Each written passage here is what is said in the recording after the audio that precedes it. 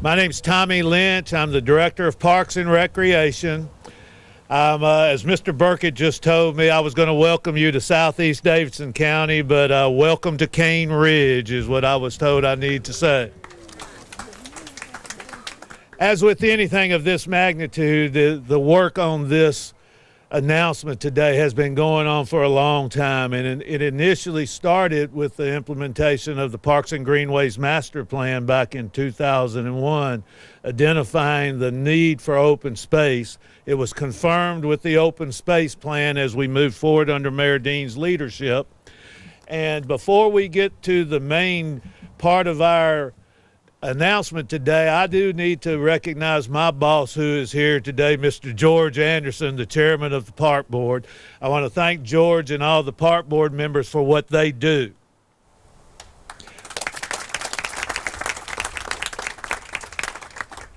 With that being said, let's just sort of cut to the chase. My job is to introduce to you the person who's been leading this city and who is here to make this announcement today, Mayor Carl Dean, the person responsible for Nashville being such a hit city. Thank you.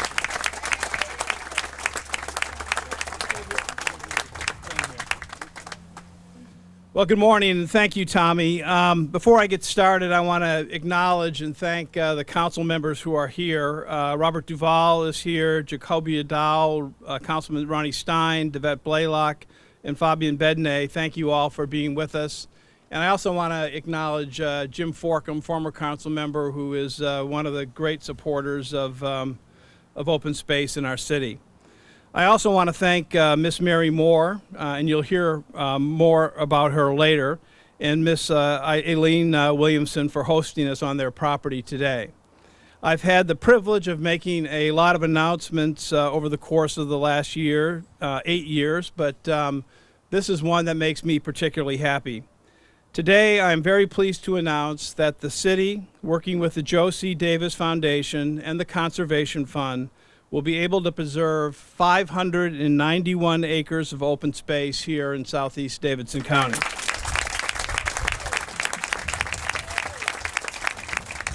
This is a big deal. The open space plan that we created in 2011 had a goal to develop an anchor park in this part of the county, and these acquisitions will make that possible.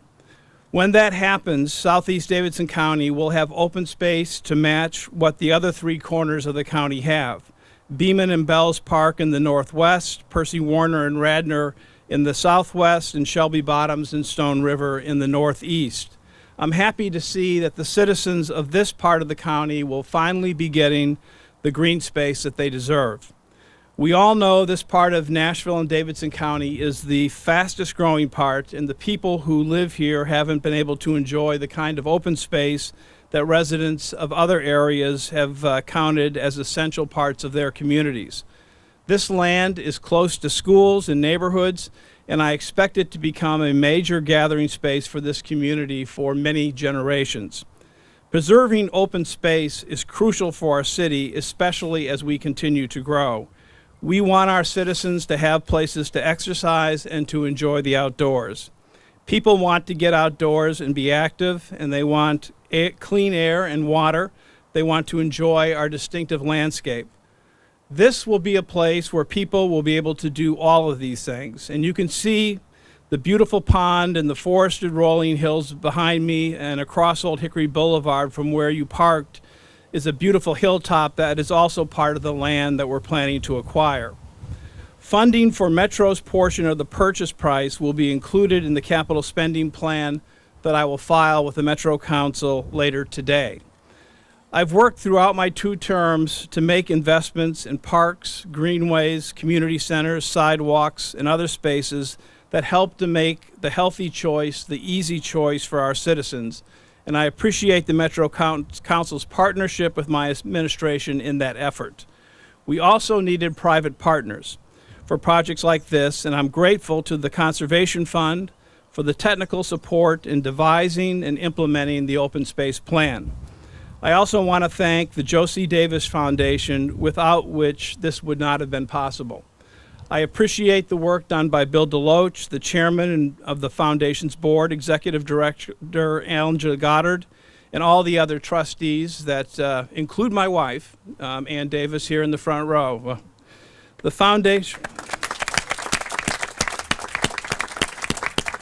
The foundation was created in 1976 by Joe C. Davis, who was Bill and Ann's uncle. It has focused much of its giving on helping young people throughout Nashville. Last but not least, I want to thank all the landowners for their cooperation and vision to put this land together for the public good. Several of them have agreed to sell for less money than they could have gotten in other transactions. The Moore family, including Miss Moore and Mrs. Williamson, our host, have farmed this land for 2 generations. Miss Moore still remembers playing in the pond and climbing the pear trees, and I'm looking forward to hearing more of her memories in a few moments. That water and those pear trees will remain here, thanks to their vision. This land will not be developed. So thank you to Miss Moore, to Mrs. Williamson, to John Floyd, Hunter Burkett, Harry Burkett, Ben Friedland, Aman Schriebman, and the YMCA of Middle Tennessee, and Ted Cornelius is here representing the Y. He's the Vice President of Health Innovation. We're fortunate to have property owners like these, people who want to see their land protected for those who will live here 20, 50, and 100 years from now. When you drove here, you saw how close this land is to the interstate. This is prime real estate for development, and many other parts of southeast Davidson County are being developed. Just yesterday, I was pleased to announce with Governor Haslam that Community Health Systems, a great company, plans to bring 2,000 jobs to another part of Antioch, not too far from here. And while I've worked hard to encourage development, I also know how essential it is for a thriving community to have open space and parks for residents to enjoy. We need that space, and the environment needs it. So thank you to everyone who has been involved in preserving this land. And now it's my honor to introduce Bill DeLoach, the chair of the Board of Trustees of the Joe C. Davis Foundation. Bill?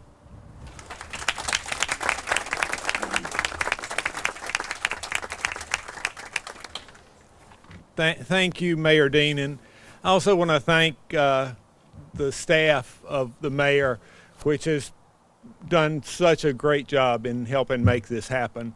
Thank you all.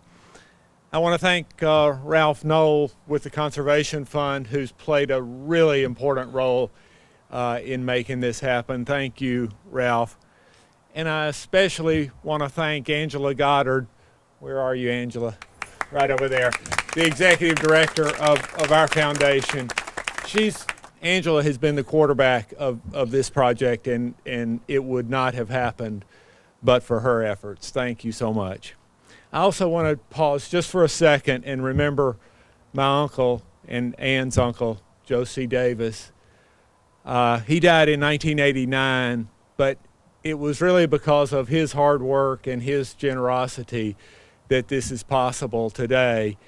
And I wish he were here to see it. He didn't like to be in the limelight, but I wish he could be today.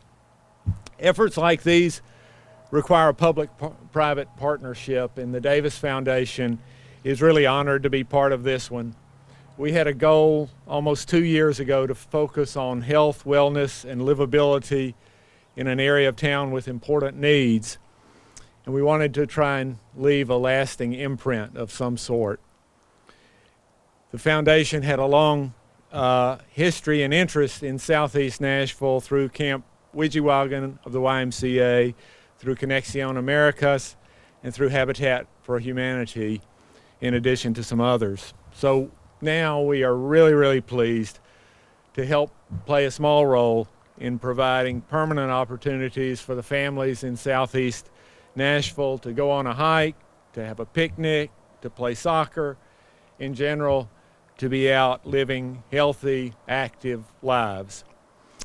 Now I'd like to introduce a man who's spent much of his career providing such opportunities to people across Tennessee and across the country, Ralph Knoll. Thank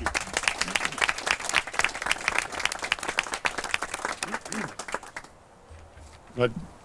Good morning. when I went to forestry school in Maine, apparently I did not take enough public speaking courses, so please bear with me. But it's an honor to be here this morning. Again, I work for the Conservation Fund. We're a national nonprofit that's really focused on land conservation and economic development. And this project, I think, is a great example of the work that we've done here in Tennessee for the past 25 or 30 years. And this is the second significant project that I've been involved in here in Nashville. And again, protecting open space and green space is really critical for all of us here today, but as well as our children, grandchildren, great-grandchildren. They don't make any more open space and green space. And I think, again, here in Southeast Davidson County, this really, as has already been noted, allows a new park to be created and really fulfills one of the major goals of the open space plan that we worked on as well here a couple of years ago. Don't want to, I guess, forget to mention one of the recently created parks in the Donaldson Hermitage area, Lytle Park, which was done here a couple of years ago. And really all of this really couldn't have been done without Mayor Dean's leadership and his commitment to really trying to make sure that Nashville is the greenest city in the country and here in the Southeast. So couldn't have been done without your leadership and commitment, and we applaud that. I also want to thank the Joe C. Davis Foundation and their trustees, and especially Angela Goddard for involving us in this effort. We had an aggressive time frame associated with the effort. It's been fun. I've really enjoyed working with Angela and Bill and others. And of course, Metro Parks is a key player in this effort. Director Tommy Lynch is here. Shane Dennison is here as well. And their commitment and leadership has been very critical to our efforts with this property. But like any project that we get involved in, the landowners are critical. You have to have landowners that want to collaborate, want to participate, and a lot of those landowners are here today. They've already been recognized, but I really want to thank you all for your leadership and your willingness to again, collaborate and engage in this effort. Again, 40, 50, 100 years from now, they won't know who I am, but they'll be able to come out here and enjoy this space, and it's, again, very important. So thank you, and now I want to introduce Mr. Ben Freeland. Ben, as most of you may know, is a key business person in this part of Davidson County. Ben is also one of the landowners that has agreed to participate. And Ben really has been instrumental from the get-go, has provided a lot of advice, insight, created some connections to some landowners that we didn't know very well. And so I want to introduce Mr. Freeland here to the podium. Thank you.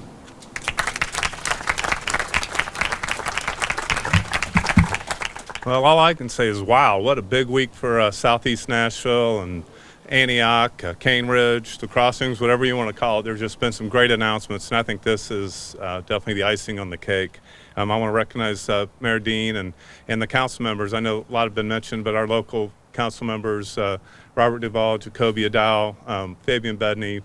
I don't know if Karen Johnson's here or Dwayne Dominy, but thank you very much for being champions. The commitment here has been incredible. We've got a brand new, if you haven't been there, brand new community center in the former Hickory Hollow Mall. It's got the regional library, park, rec center, and the Predator Ice facility there. Incredible facility. On the opposite side, you have Nashville State Community College. These are all other signs of commitment from Metro to this area. So again, just want to thank them. And I don't think it would be available or possible without the community. We've got a great community support out here. I just bought a business here in 2008, so I'm a newcomer.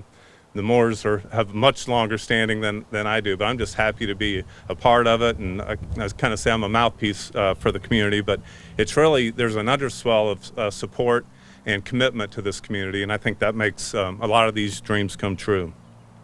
And there's a need for open space, and in that voice that was heard in the National Next process, open space was consistent theme and a need out here, and it's amazing how quick it came true for this area. So, and I think that puts us on par with the best communities anywhere in Middle Tennessee. And I think from residential standpoint, quality of life, business recruitment, you can name a number of things. This park is really going to seal the deal when people really start considering staying here, reinvesting here, moving here, or being employed in this area. So we're very excited about that. You know, and I'm excited as a property owner and a business owner. You know, I'm one that have agreed to participate with land, and I see it as a benefit financially, personally, in a lot of different ways. So I personally just want to say that I'm excited to be here. And I think with that, you really start putting that live, work, play theme in full steam for this part of Davidson County. So I want to thank you again. And I'd like to introduce Miss Mary Moore to come up and tell us a little bit about the property and their family.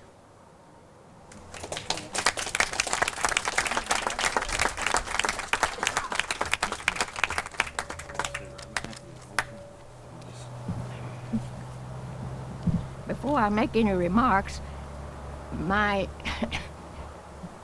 well, whatever you call it, presentation is from a different locale. And instead of overlooking this pond, we were supposed to overlook the barn over there. So I'm not going to try to modify my remarks as I've written them down. I think it'd be safer to read just what I have.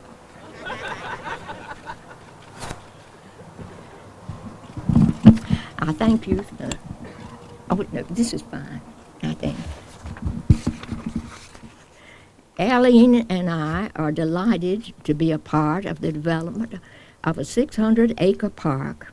We are so grateful to the Joe Davis Foundation for the vision and implementation of the park, and for Mayor Dean, and the Metro Council making it happen. We cannot think of a greater legacy a farm family could leave to future generations. Let's begin with our grandfather, William H. Moore. He died at age 60 in 1905. He had been married 3 times. In the first marriage, there were 5 children. His wife and 3 of the children died in 1 week's time of red measles. The other 2 died young. There were 3 children from his second marriage. Then he married my grandmother, Allie Owens, at the historic Cane Ridge Presbyterian Church on May the 15th, 1881.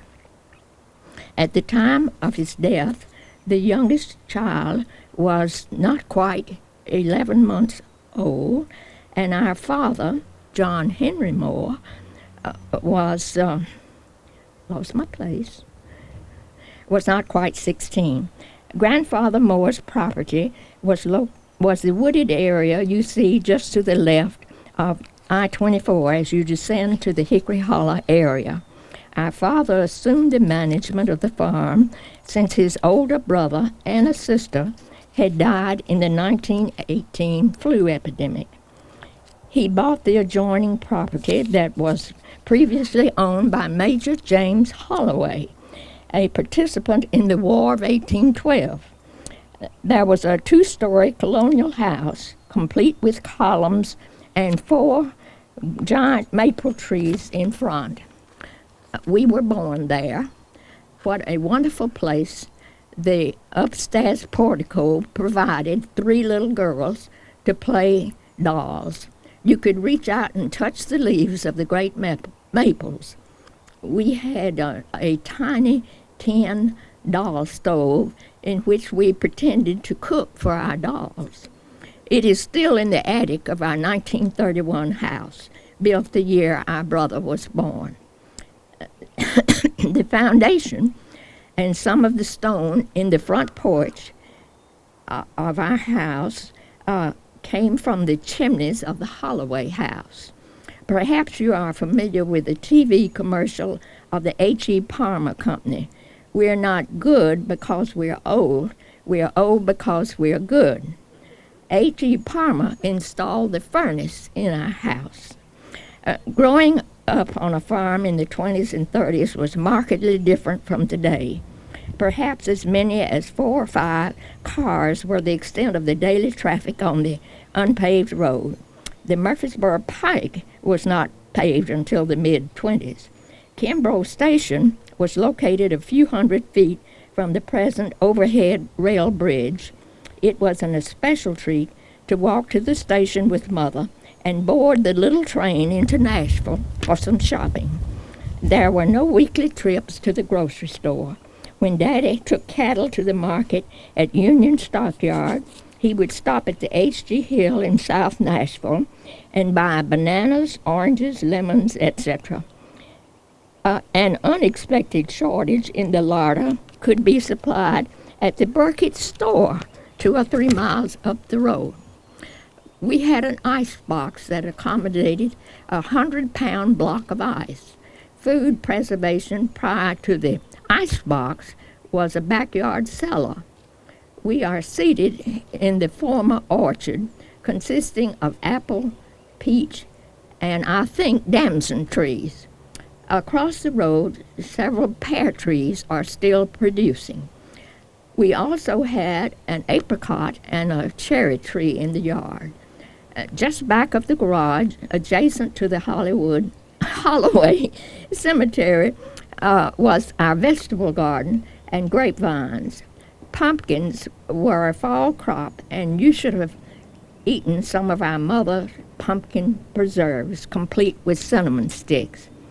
The barn is an all-purpose building, a dairy for the 2-a-day milking, stables for mules and horses, a gear room for saddles, bridles, shovels, pitchforks, and other hand-operated tools. There was a corn crib and a loft for hay storage. In hay cutting time, hay frames were attached to flat-bedded wagons pulled by mules. No fewer than 2 people, using pitchforks, loaded the loose hay onto the wagons. Inside the barn, there is a track from which hung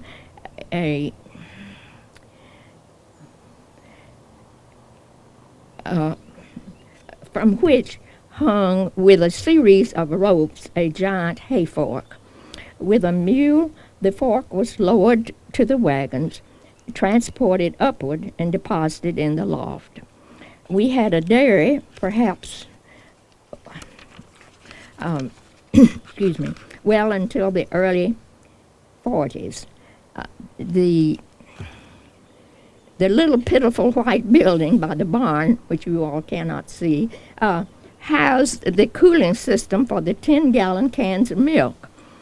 Our neighbors, the Burkitts, also dairied and transported milk from the neighborhood to the Truly Pure in Nashville for processing.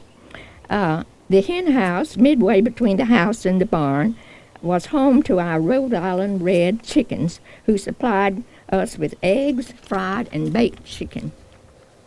The smokehouse in back of the house was the focus when hog killing came each fall. Lard was cooked in a kettle. The sausage was ground, seasoned, and sacked. The hams, shoulders, and etc. were laid into a box containing 20 or 30 inches of salt, and at the appropriate time it was hung with hooks and nails across the building, and a controlled fire of hickory wood was built underneath.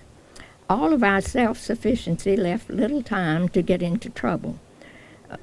We went spooking on foot with Granny Moore on Halloween. We decorated a cedar tree cut from the pasture at Christmas. On the 4th of July, not every year, there was a water fight for children only, which involved throwing buckets of icy water on each other. Always there was grass and trees, briars, prickly pears, daisies. There were birds, hawks, bats, wolves, and foxes, groundhogs, possums, turtles, geese, and ducks on the ponds, squirrels, skunks, as well as ticks, chiggers, poison ivy, and in spring, tiny little yellow flowers we call spring beauty. There were honeybees, bumblebees, wasps, yellow jackets, and dirt dogs. In recent years, there has been a change in wildlife. Instead of wolves and foxes, there are coyotes. We have added the plus of deer and wild turkeys. One other reference to Granny Moore. She always had flowers at the base of the mailbox and walked from the top of the hill for mail and to tend the flowers.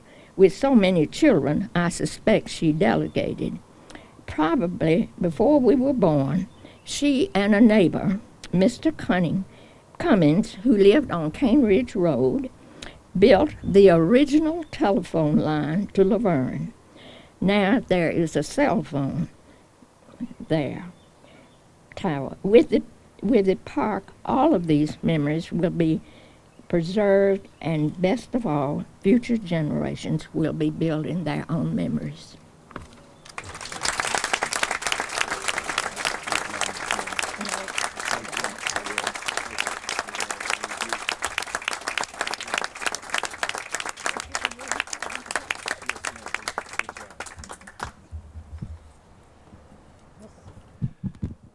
Somebody has to have the job of following Miss Moore, and unfortunately, I'm the one that gets that. But to kind of follow up the theme of what Miss Moore had talked about, we basically heard a living history of Nashville and this portion of Nashville for the last 60, 70, 80, 90 years. And I've been one that's lived in Nashville during this time, and Nashville that I grew up in has changed. And the thing that we have done with the elected leaders that we have put in office is we have put people in that had the vision to know that things don't stay the same. And we have to take care of not only the people who live here now, but we need to make plans and development for the people who will be here 100 years from now. As much as it's changed in the last 100 years, it's going to change just that much in the next 100 years. And we need to be the ones, and thank you to all the property owners that have been participating in this. Thank you for Mayor Dean to have provided the management and the leadership that the city needed. This area of town will continue to thrive and will continue not only to add businesses, but to add the reason that people want to be in Nashville. It's a great place to live. It's a great place to grow up, and it's a great place to be active. Now, the one thing before I close, I do need to say that the development of this property will be done on down the line. There will be the park board, the council, there'll be a very public process. It'll more than likely be started with the next administration. But the longest journey starts with the first steps. And the first steps is preserving the land, dealing with quality, good citizens that want to continue this type of effort. Thank you so much for doing what you've done. Thank you for what you are adding to the city and the legacy that you are going to leave. Thank you, Mayor Dean, for the leadership you provided. With that, thank you for coming here today. This is a great day for Nashville.